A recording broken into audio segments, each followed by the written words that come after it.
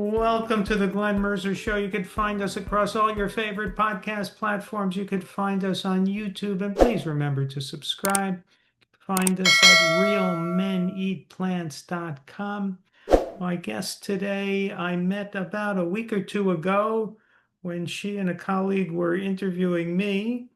Her name is Dr. Suzanne Fox. And she is a physical therapist. She has a doctorate in that field of physical therapy. And she has a podcast called plantbasedcoaches.net. And you could find them on YouTube at the Plant-Based Coaches Podcast.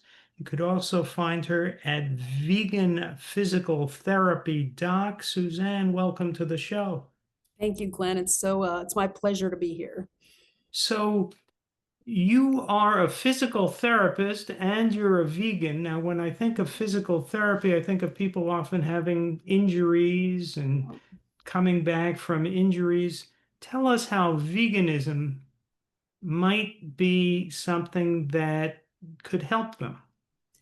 Well, as you know, and as many of our guests, and perhaps not all of them know, but they'll learn today, is healing well is all about blood flow. And the way that you improve blood flow is with a vegan, low-fat diet. Yeah. And were you taught that in your physical therapy training? No, not at all. They didn't mention that once? No. They didn't mention that. They mentioned, tiniest bit about nutrition, but overall it was, joints and bones and muscles and drugs and tests, and that's, the normal stuff. Yeah. Okay. So where is your practice?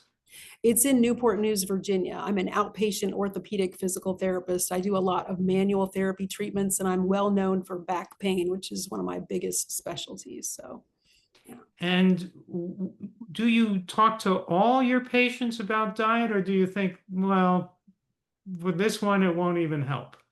I talk to all of my patients about diet because it's really an important part of their recovery.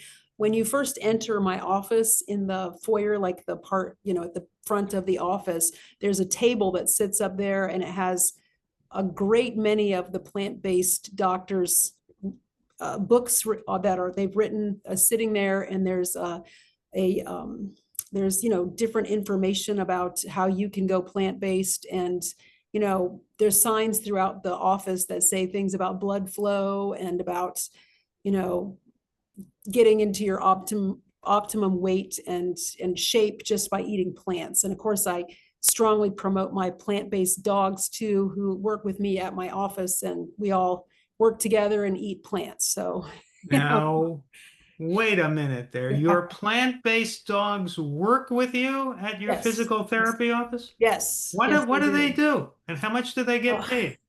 They get paid with the homemade vegan food I make for them. Okay. And by being transported back and forth every single day by me alone. I think how many dogs are we talking about now? We're talking about 9 dogs. We're talking vegan dogs who work in the same field you do. Yes. Now, what do they do for your patients?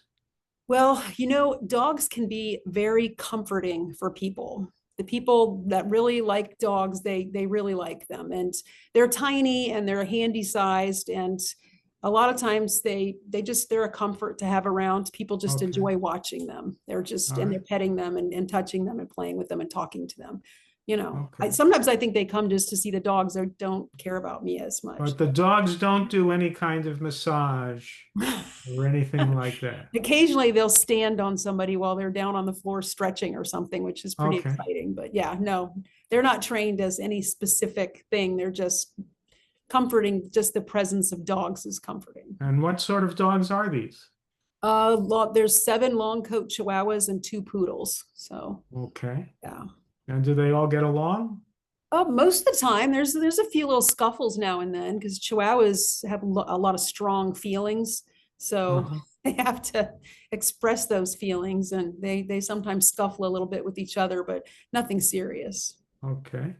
So at what point in your education did you come across the information that a vegan diet, a particularly a whole plant food vegan diet, will help people heal.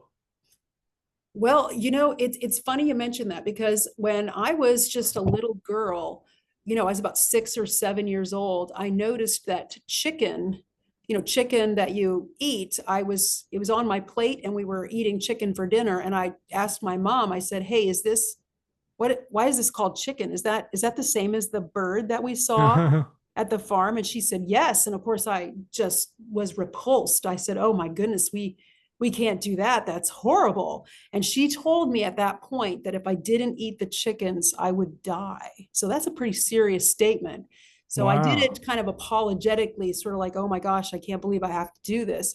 And when I was 28 years old, I found out about factory farming. This was long before the days where the internet was easily available. And that's when I stopped eating animals altogether.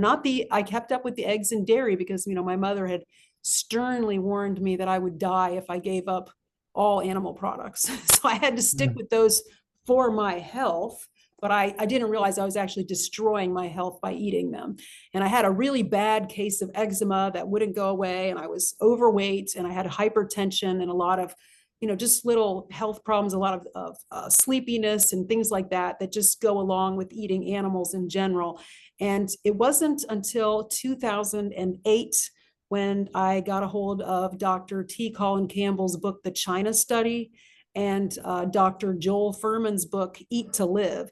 And, if you read those two back to back, that's a pretty life-changing experience. And that's what happened to me.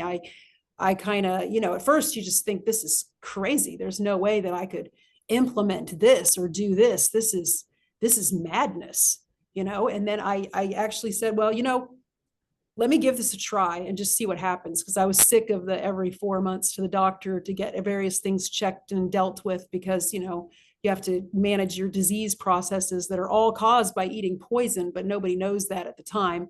And I did ask my skin doctor, I said, "Hey, is this, this eczema that I have that's so terrible, could this be caused by anything that I'm eating?" And he said, even if it was, nobody's going to change their diet just to get rid of these symptoms. Just take the pills, use the creams, and get on with your life. So, he said, your body's just fragile. It just can't deal with whatever's going on. So I listened to him, but then, I read those two books, put the two and two together and decided I'm not going to do this anymore. So I stopped on July 1st. I think I stopped of 2012. I think it was. That was the day I finally just really said, I'm really gonna try this. I'm gonna stop. But you go to the grocery store, and the first time you walk in and you're gonna do this kind of a diet, you can't think of a thing to buy. You just go to your usual aisles and you walk around, and you literally everything is not proper. It's amazing when you walk around a commercial grocery store. Yeah, it's just a bunch It's of very, garbage. very small percentage of it that I think of as human food. It's the produce section, That's the it. oatmeal, the rice, the beans, and Yeah, that's a little about it. bit in There the you bulk go. section and the produce section, Exactly. and then That's there it. are whole aisles with nothing but potato chips and corn chips. Yeah. Yeah. And everybody just opens the bag, eats the whole thing, and then wonders why they feel so sick all the time. Their Yeah, eyes can barely open. They feel like they gotta, oh, I gotta suck down those giant energy drinks just to stay alert enough. whole aisles full of energy drinks. Yeah. Right next to the potato chip aisle. Yeah. Yeah, whole aisles full of meat, and The you worst know. of all. Yeah. So it's, there's just the small section of the average grocery store that actually contains human food, The and that's potatoes the and the produce rice and the department. beans and all the Yeah. vegetables in the produce department. You are absolutely right. So once you made that decision, did you tell your mother? I did. And she is still to this day concerned that I am lacking some kind of extremely essential nutrient. Now, She I mean, this watched you is, get healthier. yeah. I'm guessing the eczema cleared up in how much Oh, time? it's completely gone. It took about In 3 weeks. Three 3 weeks, gone, weeks. gone. Hasn't been back. You lost the weight, Yep. you Lost the got hypertension. Yep. you lost the hyper, and your mother is still worried about you. Yeah. She wasn't worried about you then. but she's worried about you now. Well, she understands, it's like most people, they understand the medical community and they think it's a part of the process of growing older that you're just going to end up with giant bags of pills and excess weight. That's what they're all expecting. And it's totally not true. It seems to be like a voluntary thing as soon as you know. Of course, so many people don't know and don't have access to that knowledge. And so many people can't hear it even if you tell them. That's the sad part. And is your mother one of those people? Absolutely. She just had a heart attack about a week and a half ago, and she's recovering from that. So it's very sad. It's very hard to watch. It's hard to watch the people that you love and care so much about go through the process of being, of having these diseases. It's hard to watch, honestly. Yeah. I'm sorry to hear that she had a heart attack. How's she doing?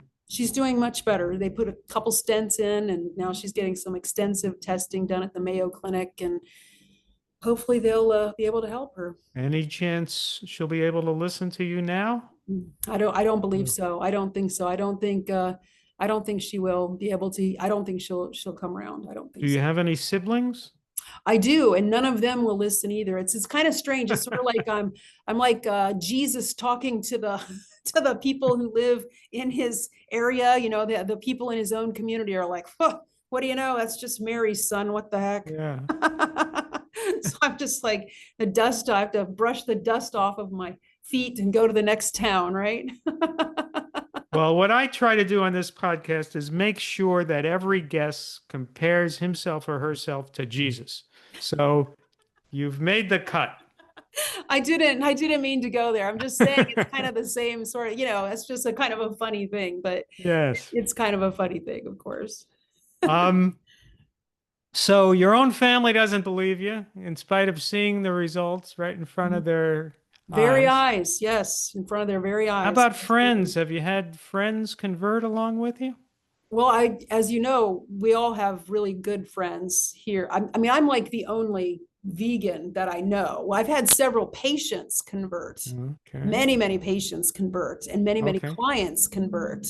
Yes. Okay. They're all doing the plant-based thing and and I've had several very successful stories of those kind of things, which is heartwarming and wonderful to hear, and that's the stuff that keeps you going, really. Well, tell us some of those stories. Well, I had the most interesting case, and this wasn't a person that I encouraged to do it. It's just that he was doing it anyway, because he was a refugee on a camp, one of those refugee camps in Africa.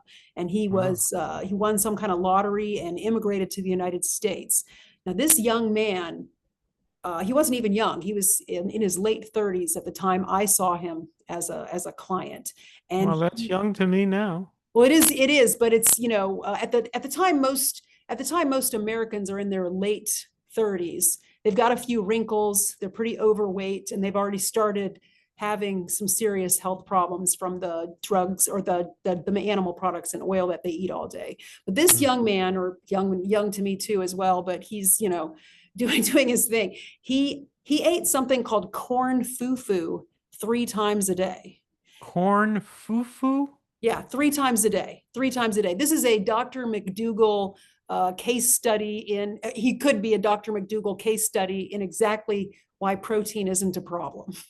This gentleman had the most beautiful skin you've ever seen in your life. He had rippled, well-formed muscles. He looked like he was 23 years old and had a lot of energy.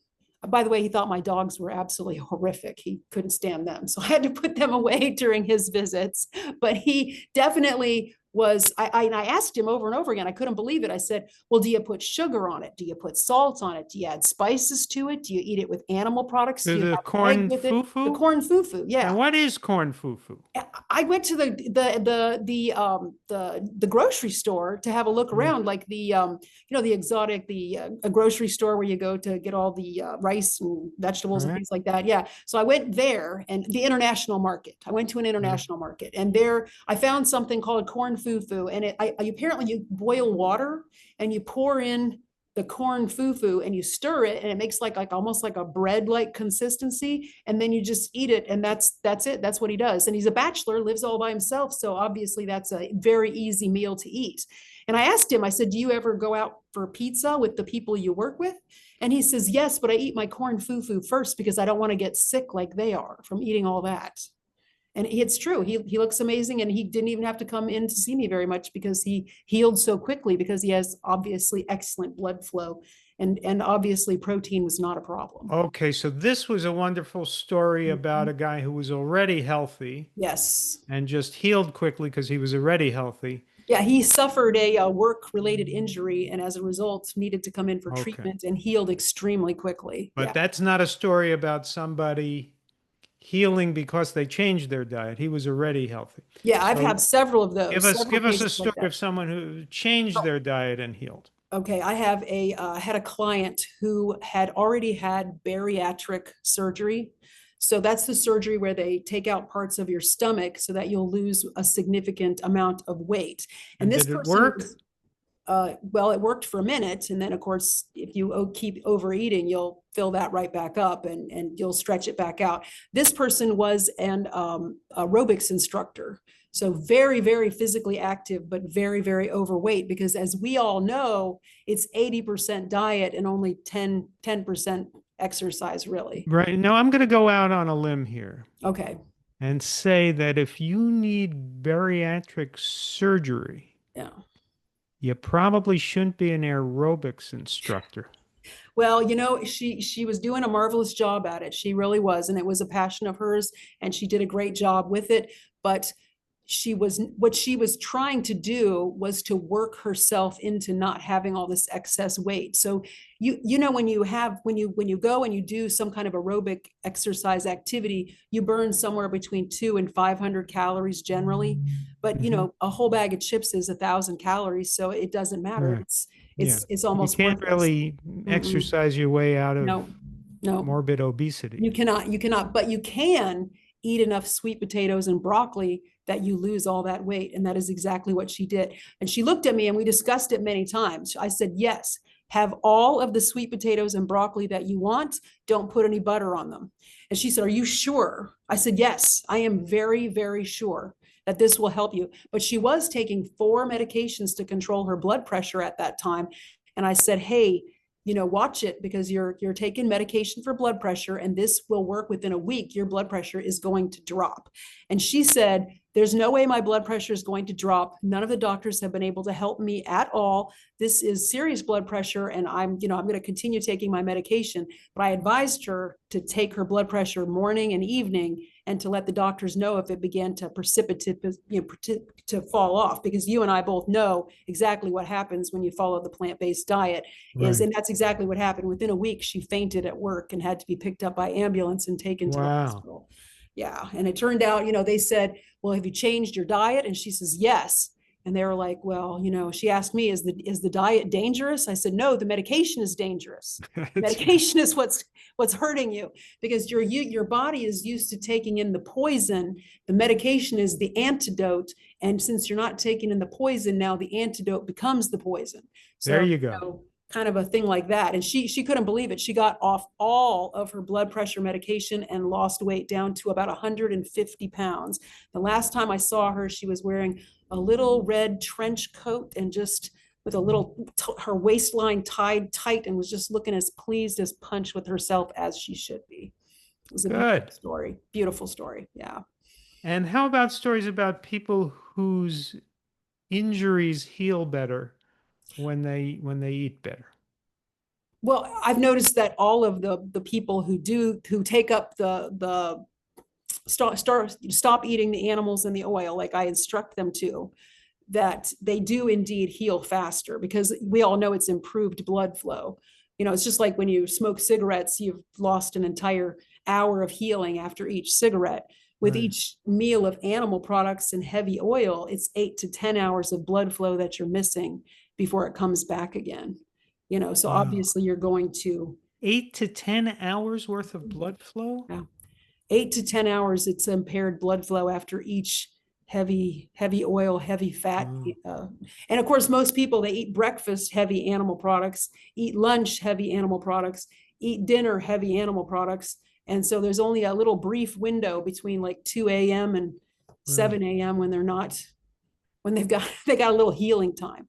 you know. Yeah. The rest of it is just straight up your body just struggling to survive, just Well, struggling to survive. we met when you and your colleague, our friend Richard Hubbard, Mm-hmm. interviewed me on the Yes, subject of hernias, yes, at which yes, I have become an amateur expert because yes, I had two inguinal hernias. yes. And my experience was, and I went to the top hernia surgeon, or one of the top in the country, in Sarasota, Florida. But I had been worried about pain because I was having open surgery where they were, not the laparoscopic surgery, but open surgery where they cut me open in the groin and repaired Mhm. me. And I didn't know what I was going to do for pain. The doctor's office gave me some recommendations, and I've never swallowed a pill, so I got Oh some my gosh. liquid Tylenol, and I never had to use it. I never had to take an aspirin. Wow. I had two hernia surgeries in which I was cut open, repaired, and sewed shut, and I Wow. had almost no pain. And I attribute that to two things. One, the skill of the surgeon. This Mhm. guy is so good, I don't think he touched a nerve. But two, I'm in good health from eating a whole plant food diet. So there's very little inflammation in my body as measured by the CRP test. Yeah, And when you don't have inflammation, you have a big head start on not having pain. you really do. You really do. Because forest fires can't burn in the rain. And basically when Yeah. you're raining down a bunch of plants on your system, it's Yeah. healing. It's very healing. Yeah. So certainly what you're doing in counseling your clients and patients to eat a whole plant food diet is something that all physical therapists should be Well, doing. we certainly have the time.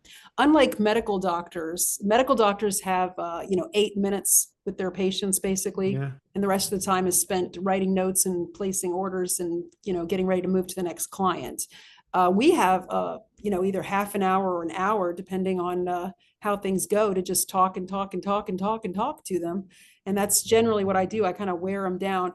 Most people end up losing somewhere between 5 and 10 pounds just being in here, just because I'm so on it as far as, like, have you tried adding some more vegetables? Have you tried adding water instead of that? Have you done this? Have you done that? And I show them. I have like all the products in here. I show them like Yeah. different things they can eat and different things they can. So a lot of people are just clueless as to what to do.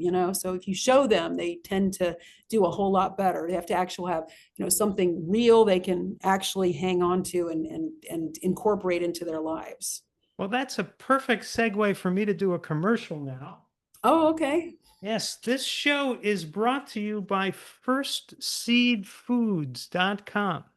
Oh, Healthy, oil-free Indian food without the butter, oil, and ghee. It's delicious. It arrives frozen at your door. You get about a week's worth of meals.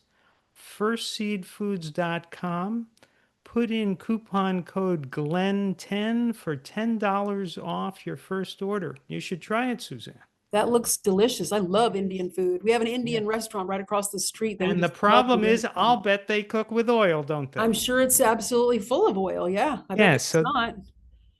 that's the problem. See, I have always loved Indian food. I think it's the most delicious cuisine in the world. I Mhm. don't like it too spicy, but I love my Indian food. But I generally have it only in Indian restaurants where it always comes saturated with oil. So now I have firstseedfoods.com food, Okay. and I get to enjoy my Indian food without the oil. Well, that sounds amazing. You should try it. I'll definitely look into it. Lend 10 for $10 off your first order. Awesome. Um, so do you do a lot of cooking, Suzanne? I mean, I do a fair amount. Yeah, a fair amount. I mean, as a whole food, plant-based people, we don't really have any choice. Yeah. Unless you want to eat totally raw, then we have to do a little cooking. Yeah. And what percentage of your diet is raw? Oh, probably 40, Mm-hmm. 40% or so. Yeah. Yeah. Um, and so what are your favorite meals? Well, I love coconut curry, which I know is high fat, but I do Yeah. love it. I make it homemade with the chickpeas and things. That's Okay. one of my favorites there. So of course the Indian food is really appealing to me. I like that a Yeah. lot. I like a lot of rice. I like a lot of potatoes. I like a lot of spaghetti. Spaghetti's one of my top ones. I really like that quite a lot. So you like your starchy foods. Oh yes, yeah. I'm more of a McDougler. Yeah. Yeah. Well, McDougall was a great leader in the movement. I was so sorry to learn Yeah. of his passing. And the way I think of Dr. McDougall is he was the expert on fuel. He was the expert on the kinds of foods we should eat to fuel our bodies and get our calories.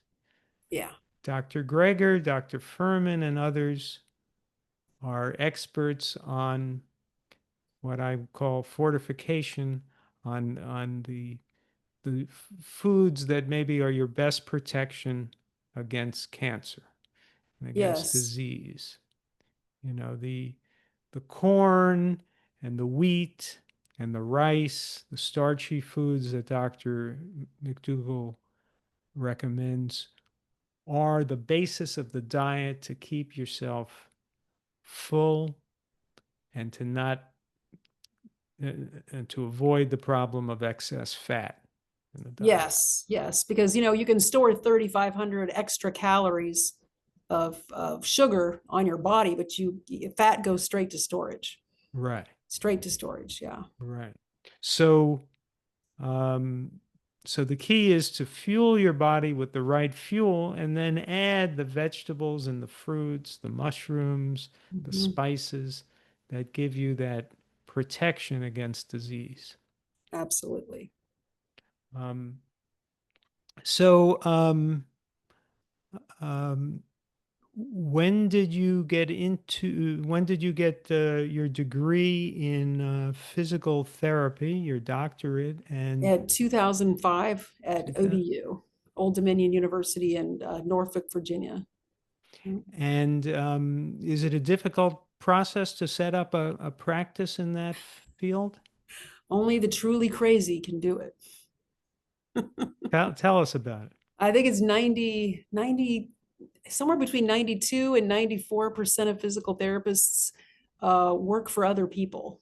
There's only a few people that are crazy enough to come out here in this, especially in the current insurance environment, and try to open their own place. 7 years ago, or is it 8 years ago, I went through kind of a metamorphosis. Because when you first open a practice, your biggest thing is to get as many clients as you possibly can, as fast as you can.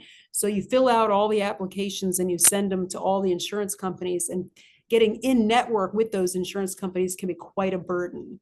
But once you're in, you don't realize it. But once you're in, they'll just they they'll take up all your time. You'll end up Mm, spending your entire day talking to Chad in Colorado about a case that the doctor has ordered the physical therapy, and they're the physical therapist. You have to submit the paperwork asking if you can do the treatment, and they say yes you can, but 3 visits in, they want you to talk to somebody somewhere else, and they have all these prerequisites and all these things that have to be done. So 8 years ago, I just grew tired of the process, and I kicked out all of the insurances except for the federal ones, which is TRICARE, Medicare, and the Blue Cross Blue Shield PPO plans only. And that's all I take. Everybody else has to pay cash, which has been fine. That's been a nice little bonus to have that coming in. I say you can fight with your insurance company. I don't want to spend. I want to spend my day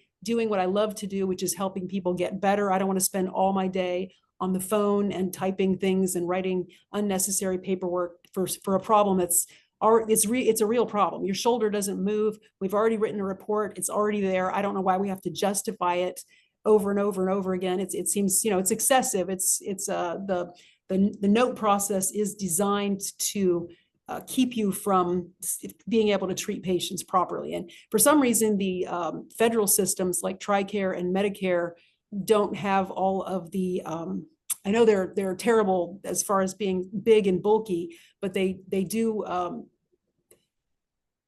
allow physicians and people doing this kind of thing like me to do our job without unnecessary interference, which is nice. What is TRICARE? I never heard of that one. It's the insurance for people in the military. Ah, Yeah, and so I live in a military town, so right. I see a good deal of their patients. Yeah. Okay. H- has the problem of obesity affected your practice? Are there certain types of injuries that people are getting now because they're obese? Well, here's the really sad part. Out of the hundreds and hundreds of people that I see, I only see maybe 2 people a year that are normal weight and don't smoke. Everybody else, if they're, they're not just overweight. Since the pandemic, the amount of people being extremely overweight has at least doubled or tripled. It's really amazing.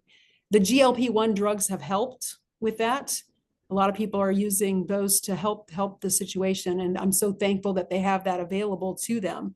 But it's really shocking to see. I mean, there's some, a lot of people that are so large that the equipment isn't properly made for them anymore, which is really, really sad. You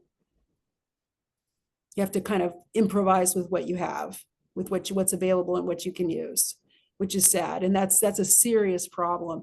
And 70% of the country is overweight and 40% is obese overweight, which is a BMI above 30.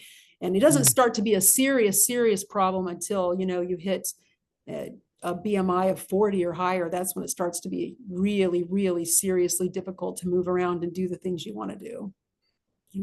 Right, but it's pretty bad at 30 usually. Oh, yeah, it's Right. uncomfortable. But the Yeah. funny thing is the back pain and the only thing that really, like, the joint on the body that really, really hates that is the knees. Everything else seems to be the same, whether you're slim or whether you're overweight, as far as pain concerns are. But the thing that, your knees would really, really don't like obesity. They really Right. can't take it. Right. Yeah. Um, what are the best leg exercises to Oh, do yeah. for people to keep their legs in good shape? Well, you have to, in order for your knees not to hurt, you have to have really good hip strength, and you have to have really good hamstring and knee flexibility. So everybody, a lot of people go have access to the gym, and they have those exercises that, the ones where you do this with your legs, open and close your legs, and the one where your knee goes up and your knee goes down, things like that. Those are really good. Plus the leg press are really good. So what the important part to keep in mind is when you do the inside, make it the same weight as for the outside. So if you're doing, if you can only do 50 pounds for this motion, then only do 50 pounds for this motion as well, so that they're even, so that you have develop evenly. And the same thing for the top and the bottom. So if you can, take your leg out, you can extend your knee out with 30 pounds, but you can get 50 pounds with your hamstring. Just leave it at 30 pounds for the hamstring as well, so that you evenly develop. That's really important to keep in mind. I used to go to the gym and do this exercise for my legs where I guess the weight was against around my ankles, and I would lift my leg Yeah, knee and extension. extension. Knee What's that extension. called? Knee Yep, extension? knee extension. Yep. And the counterpart to that is the one where you pull your leg back. Right. And then I read some people on the internet, and it turns out that not everything on the internet is true. Yeah. But I read that some people said, no, that's bad for your knees. Well, So, when you eat a lot of garbage, everything's bad for your knees. okay. But you're saying I can do that one? It's okay for me? There's no It's risk as to my long as knees? the back of your knee is the same. So if you're going to do the front of your knee, also do the back of it using the Oh. opposite machine with the same amount of weight. And then Well, you also see, now include the it hip gets tricky. machines. Now I got to go on to a whole different machine and Well, I do mean, the, they're both, they sit right next to each other generally. yeah. So you get So the you're one saying that goes up. if I just do the one where I'm sitting up and lifting my legs, that wouldn't be good unless I do the one where I'm turning over and Well, lifting my leg. no, it's the leg flexion one too. So Oh, sometimes they're shaped with the turning over, but sometimes they're just another chair and you just pull down instead of pushing up. Yeah. So okay. it would be Okay. like this motion. Like this motion would be Okay. one and Yeah. this motion would be the other. Yeah. Okay. So that's what you'd want to do that. Yeah, but the most important part of that, they'll be side by side in the gym. Like when I go to the gym, I go to the gym 3 times a week, and I just do the same thing all of the time. And I do 5 machines for my upper body and 5 machines for my lower body. And I never do anything that twists because I think that's horrible for people's backs, and I think everybody should avoid those. That's how you end up coming in to see me. You do that. So it's not good for people, but it's good for your business. Yeah, it's very good for business, sadly enough. But yeah, that's and you know when you get those five upper and 5 lower exercises done, you can really it takes maybe 3 weeks of going a couple times a week, and you can really feel the difference. Your strength will significantly improve, and just your functional ability is so much better just by that little bit of exercise. Are you seeing a lot of pickleball injuries? I see a lot of yard work injuries. Oh, really? A lot of yard work injuries and a lot of healthcare workers with back injuries. And I see a Uh, lot of, Healthcare workers trying to escort obese people. yeah, trying to lift or trying to keep 300 or 400 pound people from falling on the ground is a serious problem. Yeah. Or when they do fall on the ground, getting them back up again can be very difficult. That's another reason to go on the whole plant food diet Absolutely. so you don't hurt your healthcare worker in the future. I never thought of that reason, but I'm going to Well, add the that to really the sad list. part is the healthcare workers themselves are also really, You really go to the overweight. hospital and you see all these obese nurses So sad, and so some sad. obese doctors, and Yeah, you think this yeah, is a health institution? yeah. It's really awful. If you go to the cafeteria, there's bacon and pepperoni pizza sitting right there. So it's really awful. Yeah. It's madness. It is madness. And especially once you see, you can't unsee, We left that cult, remember? Yeah. Um, you talked about the importance of blood flow to healing. Hmm. Dr. Clapper and I have a new book out available now for pre-sale called Moving Medicine Forward. Oh, wow. And one of the major points is blood flow. Yeah. When Dr. Clapper was being trained as a doctor, they didn't discuss the importance of blood flow. And Wow. I don't Wow. think they discuss it now in med schools. Well, I have a really cool story about that. Please tell us the story. This is a My podcast. sister, my sister had a really good friend in college, and Yeah, she was a single mom, and yeah, she needed to make extra money. So she would always go to those biomat places. You know what I'm talking about, where you give your plasma. You get your okay, plasma, and they set them up next to colleges because that's a generally healthy population that's young and desperate for money, right? right. So she would go in there twice a week and give a plasma donation. And one time she went to Wendy's and she got herself a giant cheeseburger and she ate it. And then she went over to give her usual blood and they couldn't get it out. And she said, well, what's going on? Why can't you guys get it out? And they said, did you eat a fast food meal before you came over here? And she said, well, as a matter of fact, I did. I had a Wendy's cheeseburger. And they said, well, after you eat that, we can't pull it out because it's the blood has too much fat in it and it won't move. So Yeah. there you go. That's the illustration right there. You would think that that would be an important factor in health, to not have Yeah. your blood be so viscous that you can't even take a blood sample. Yeah. You can't even pull the plasma out. You can't even Yeah, separate it so that it can be used in other people. yeah. Yeah. It's amazing. It's amazing. And that, as far as the research is, that's 8 to 10 hours after the fast food meal, but apparently in the first 2 or 3 hours afterwards, it's especially bad. So, Yeah. yeah, So, you've been a vegan now for how many years? 13 years. 13. And how has your vegan diet evolved over that time? I'm not sure. What do you mean by Okay, evolved? for example, when I became a vegan, I still cooked with oil. Oh, And yeah. Well, no, then, the reason I quit it is because I read the Eat to Live and things like that. So that was all out so immediately. once you went vegan, it was pretty healthy from Yeah, the pretty start. pretty healthy right from the get-go. Yeah. Yeah. Yeah. There was a period of time during the COVID when I added a little bit of the Impossible burgers into my life, Mhm. which was a big Uh-huh. mistake because then I came down with symptoms of autoimmune disease. So Oh, I found out really? because of the excess fat. Yeah. And then, yeah, so that had to go.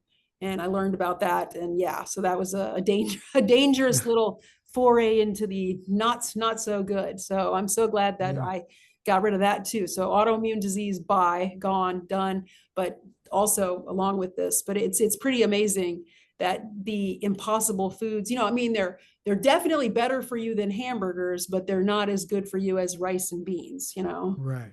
Yeah. Right. And it's so hard to find restaurants that serve the healthy food, Oh just a no, because bowl of, it's not appealing to people's taste buds and they don't know how to use spices anyway. That's the real yeah, problem.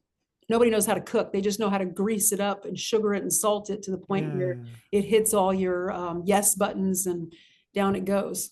I would love to go to a restaurant that serves bowls of rice and beans and vegetables, and you Oh, just know it that would be heaven. everything's healthy, but Chipotle is about the closest you're going to come, right? I yeah, think they use a yeah, little oil though. yeah, they do. Yeah.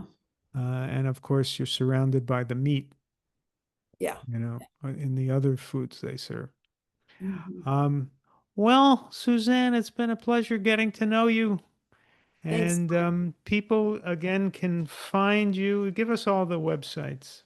Well, to my coaching, where I do coaching for clients to help them lose weight. I usually get off about 10 pounds a month is pretty average. And it's www.plantbasedcoaches.net. And then I also have all of my across the social media platforms. I'm vegan physical therapy doc, and I have 35,000 followers on TikTok and Instagram and YouTube and Facebook as well with that same name. Vegan Physical therapy Physical doc. Yeah. Therapy Doc. Hmm. So please, folks, check that out. Suzanne, it's been a pleasure talking with you. Been a pleasure talking to you too, Glenn. Take care. You Bye-bye. too. Bye bye.